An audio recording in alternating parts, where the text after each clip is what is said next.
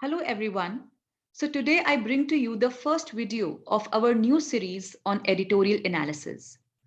So let me first quickly brief you on it.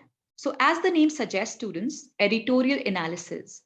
So in these videos, we would be analyzing the articles which are published in the editorial section of the newspaper, students. So I would be drawing articles from some of the most popular and mainstream newspapers like the Hindu and Indian Express and Economic Times, Business Standard, the Mint, etc.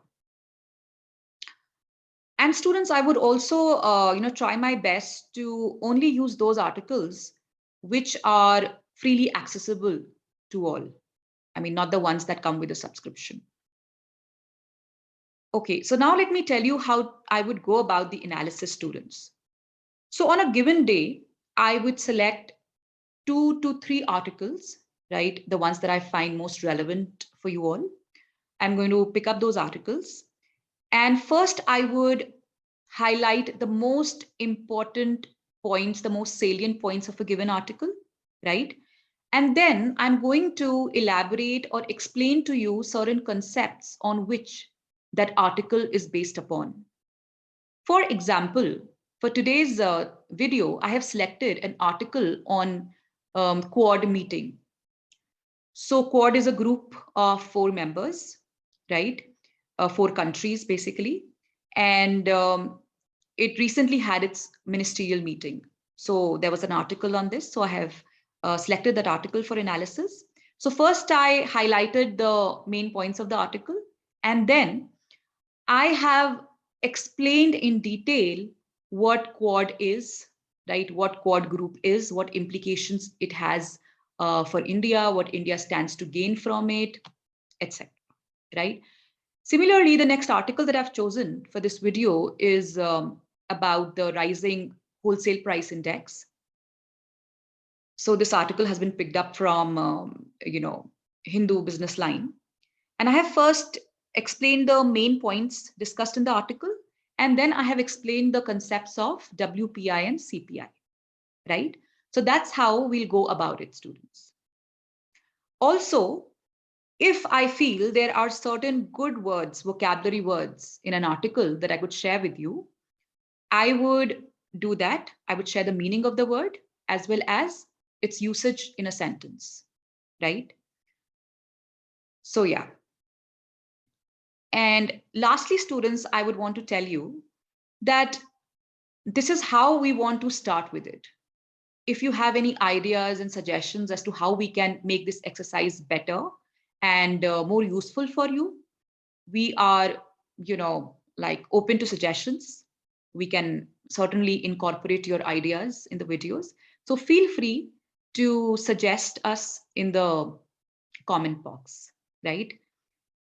Fine, students. So let's get started.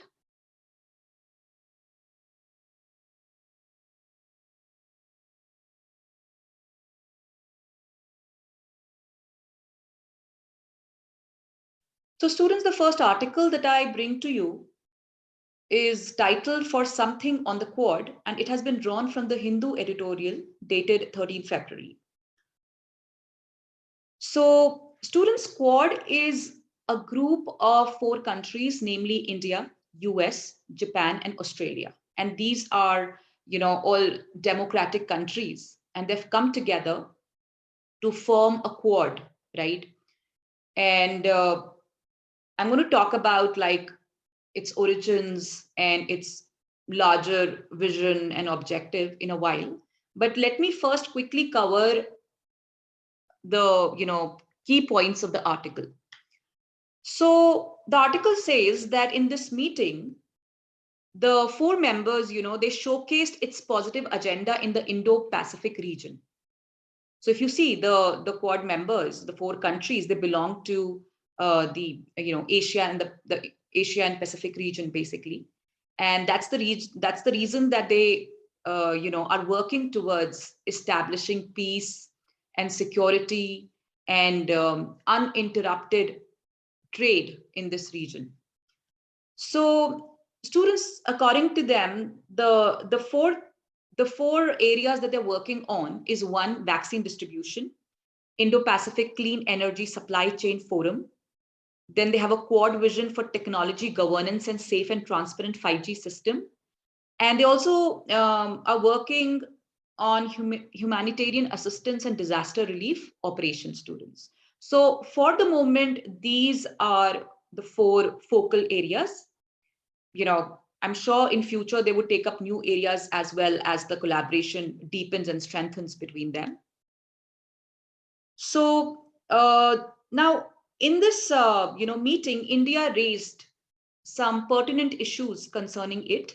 Number one, India spoke about cross-border terrorism, and also it condemned the 26/11 attack and the Pathankot attacks.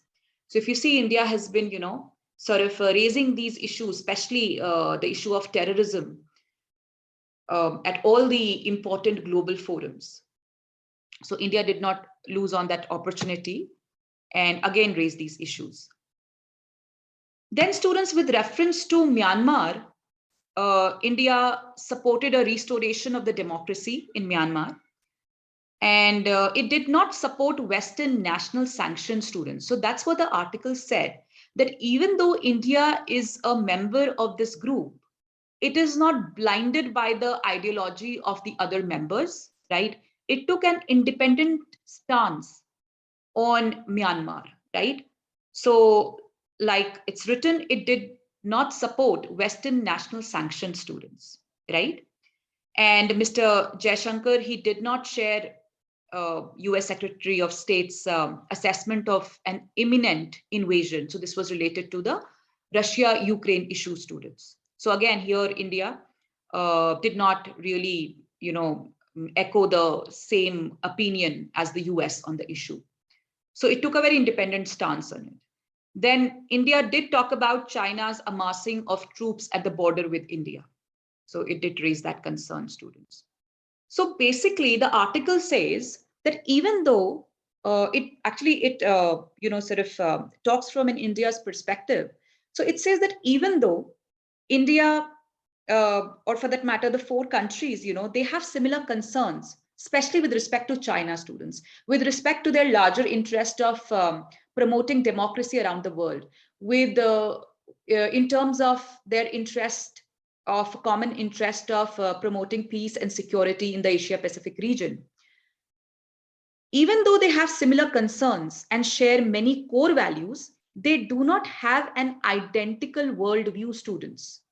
Not that there is a complete alignment and convergence on different issues around the world. No. So they are coming together for certain to deal with or tackle certain issues, right? However, they are, like it says, for something, not against somebody. So Quad is being touted as as a group, basically, that is created to contain the growing clout, the growing hegemony of China, right? However, India has always been against, alliances, right? And therefore, keeping in with that spirit of non-alignment, even though India shares some concerns and core values with the other members, however, it does not have an identical worldview. It is going to maintain an independent stance and take on issues that matter, right? And that's why you can call Quad a grouping that is for something and not against somebody. So this is what is the essence, is the crux of this article, students.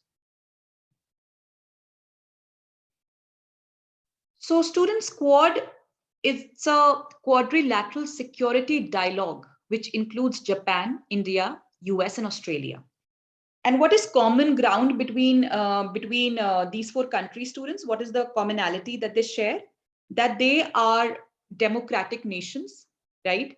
And they have a common interest of unhindered maritime trade and security in this region, students, right? And the concept was first mooted by Japanese Prime Minister Shinzo Abe in 2007. However, at the time, Australia was a little reluctant in joining the group because of China's pressure. So this whole idea was aborted at that time. Then again, students, a few years back, Japanese Prime Minister again sort of, revived the whole idea of democratic security diamond. And in November 2017, India, US, Australia, and Japan gave shape to the long pending Quad coalition. And just last year in September, the leaders of the four countries, they first time met in person, students.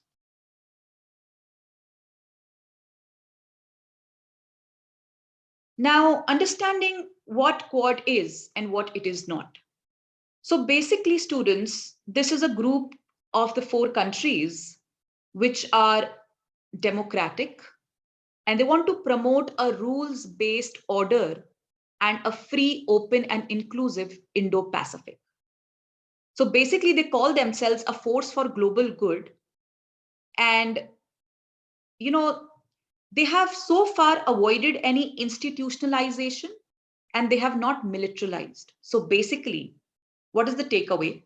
That this is a group that has come together because they have some common interest. For example, promoting democracy, ensuring a rule-based order, and a free, open, and inclusive Indo-Pacific, a region where there is, free and open trade. However, this group does not have a very strong military dimension, students, right? And Beijing, very interestingly, it has sharp criticism of the grouping.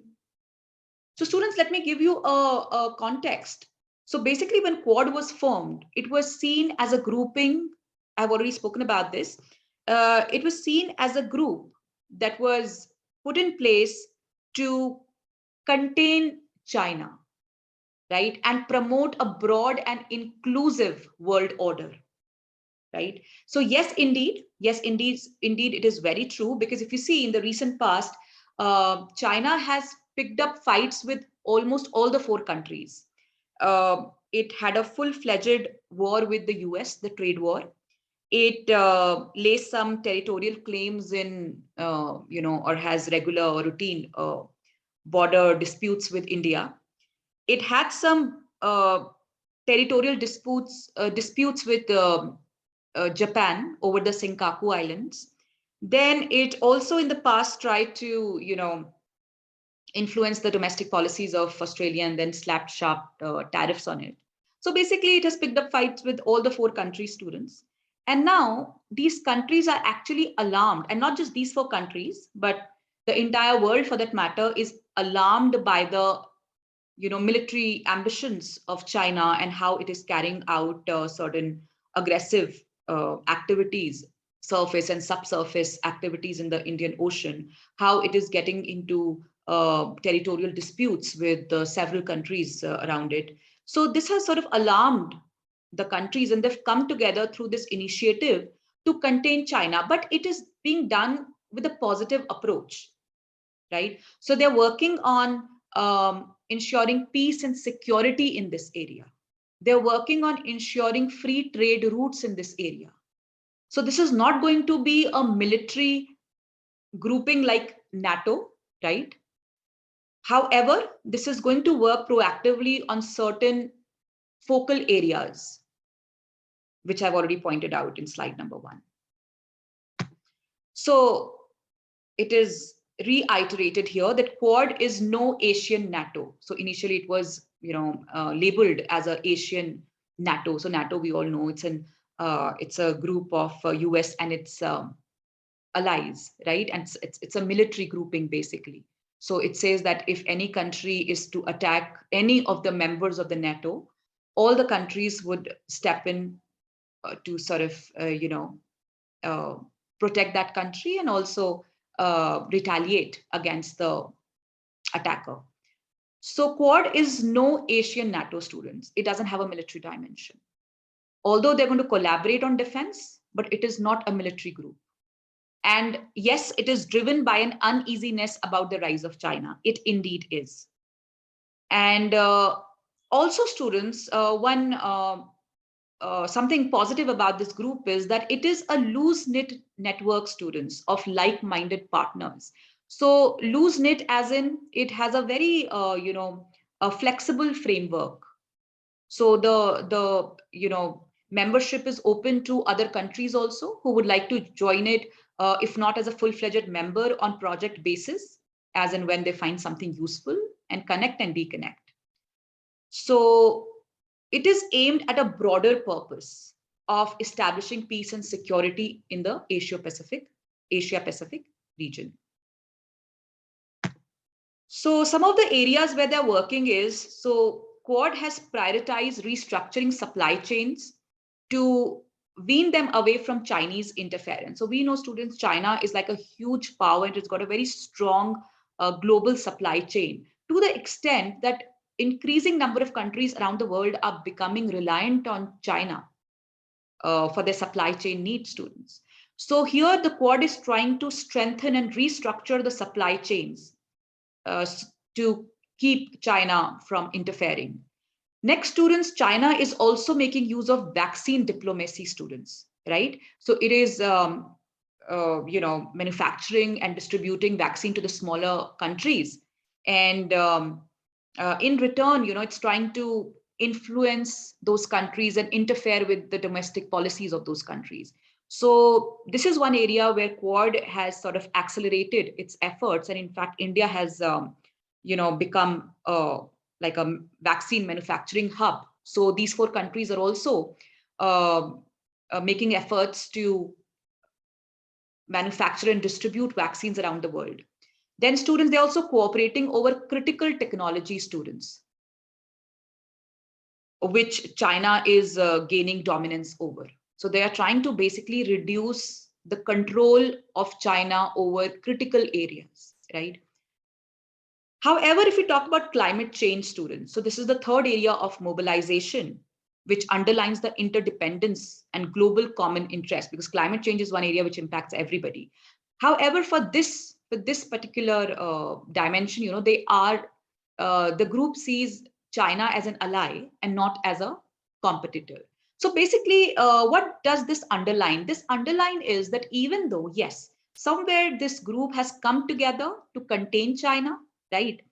To reduce its influence, because in any case, students, one country becoming overtly powerful is not good for the world as a whole, right? We need a multipolar world, students. We need a world wherein several countries emerge as strong countries and not just one country dominating all the other countries.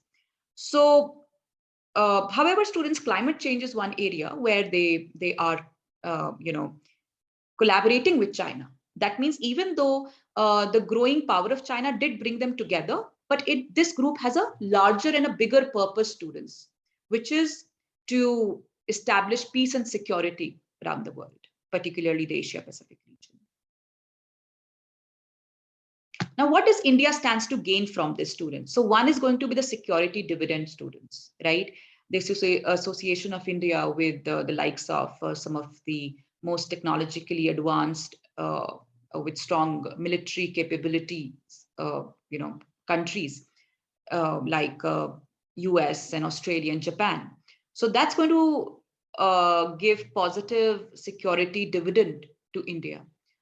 So they're collaborating on defense, they're collaborating on logistics and security and intelligence. So that's something that India could use to its advantage. Then it would also reduce India's dependence on China. It would, enhance India's status as a major power, and it would also gain from a creation of a more stable and a cooperative world. So what is the USP of Quad, students? It offers value to all states and banking on the network effect that underpins an emerging world order, students. So as world moves from a unipolar US to probably a unipolar China, right? So they're trying to divert it to a more multipolar polar world, right? Where all the states gain, where all the countries gain. So it would offer value to all the countries.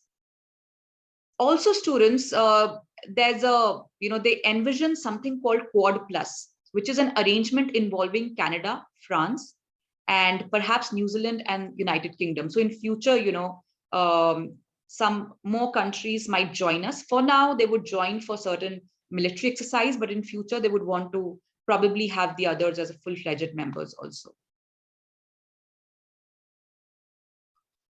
Now, students, let's discuss some of the vocabulary words that I found in this article. So number one is bonhomie. So bonhomie means friendliness or geniality, students. So basically, the article there was this sentence in the article that there's a growing bonhomie between the four countries. That means there is a growing friendliness, geniality between the four Quad countries, right? Then students, sovereignty is supreme power. And it was used in reference to India, that India has been asserting its sovereignty, right? Supreme power. That means India, or for that matter, a country is sovereign when it is not controlled by any external country or authority, right? It is independent and has complete power over itself. Then students, next is precepts. Precepts means a rule to regulate behavior, right? So an example would be the legal precept of being innocent until found guilty. A legal precept, that means that's a legal rule, right? So next is students, subtle. Subtle means so delicate or precise that it is difficult to describe. So for example, you say that there are subtle differences in the approach that we take towards something. There's subtle differences means there's very fine differences, and they're so fine that you can't really put them into words. Very fine, very nuanced, very delicate. Imminent is something about to happen. So there was this sentence about imminent invasion, into Russia. So imminent means about to happen, like the imminent board exams, the imminent monsoons, something which is just around the corner.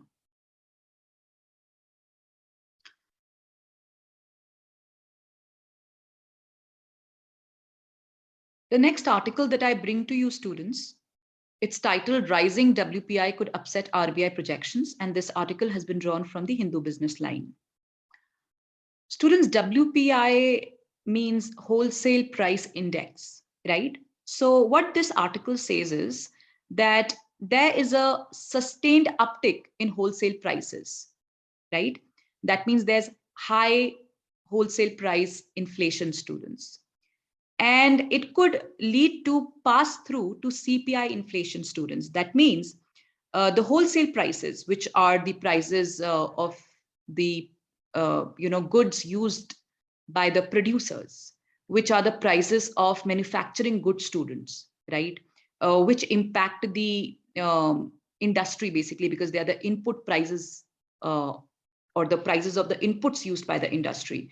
So wholesale prices have been rising, students. We all know it was, mentioned in the economic survey in the budget that the wholesale prices hovering at double digits at about 12.5%, whereas CPI is at about 5.59%, very close to the upper limit of the RBI set inflation limit. So RBI, basically the inflation tolerance band set by RBI is 2% to 6%.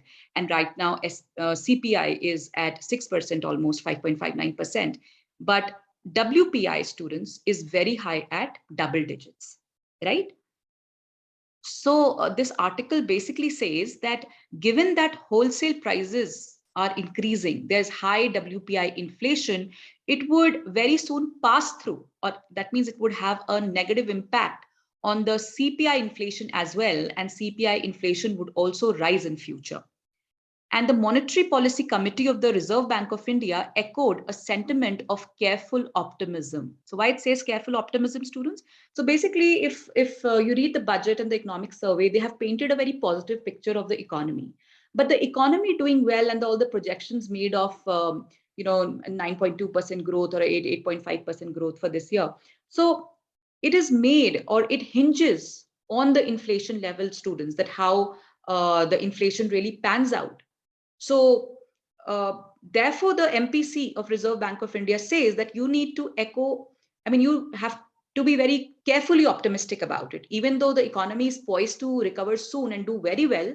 But if WPI inflation is not reined in and controlled, then these projected figures might not be achievable, right? And there's a divergence between WPI students and CPI, the wholesale price index. Usually they, track each other. Usually you'll find them very closely aligned, even though you have different set of, products which are used in the calculation for the two indexes, but they usually are closely aligned and track each other, students. But in a very unusual scenario, there is a huge divergence, and the RBI need to close this gap if it wants the Indian economy to quickly recover and achieve the growth figures.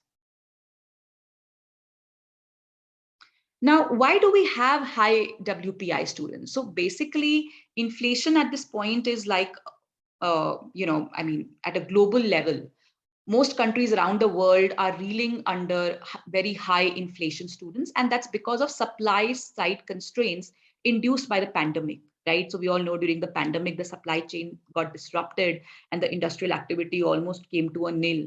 So because of that, students, there were a lot of supply side constraints. There were not a smooth supply of final and intermediate product, students. And all of a sudden, the demand for these products have increased with the economy opening up and with the pandemic on the wane. So that has led to high inflation. High demand and low supply has led to increase in prices.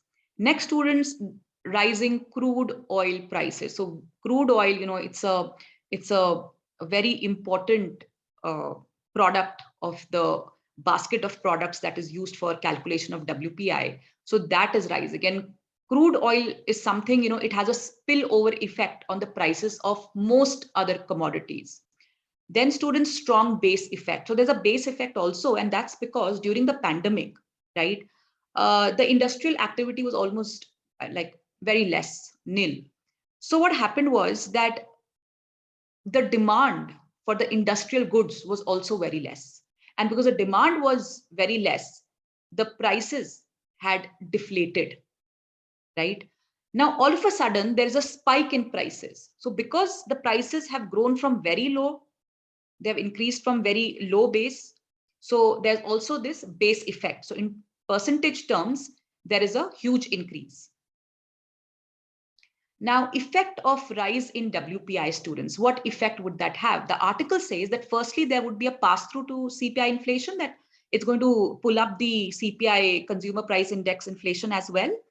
That means products used by the consumers, the retail consumers, would also increase. And secondly, it would result in downward corrections to real GDP projections. So there were some very strong GDP projections made, some positive figures coming in with the budget and the economic survey. But there might be some downward corrections to this if the rising inflation is not curtailed, students. So what is WPI, students? WPI is an important index necessary for calculating inflation in the country. And it is computed by the Office of the Economic Advisor in the Department of Industrial Policy and Promotion, Ministry of Commerce and Industry. And students, the wholesale price index basically represents the price of basket of wholesale goods, students, right? So it focuses on the price of goods that are traded between corporations. So, it factors in industrial goods, the goods used by the manufacturers, the producers, for example, minerals, chemicals, machinery, basic metals, steel.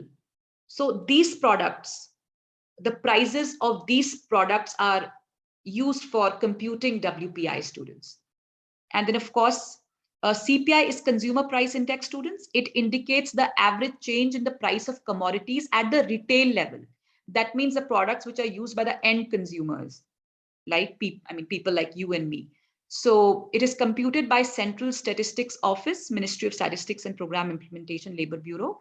And it includes basically both goods and services. If you talk about WPI, it only factors in the goods, not the services. But CPI uses both goods and services for the calculation, and it makes use of products and services like education, communication, transportation, apparel, foods, housing, beverages, medical care, recreation, and all of this, right?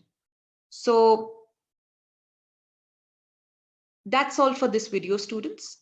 And I'm going to come up with another video on editorial analysis very soon. Thank you so much.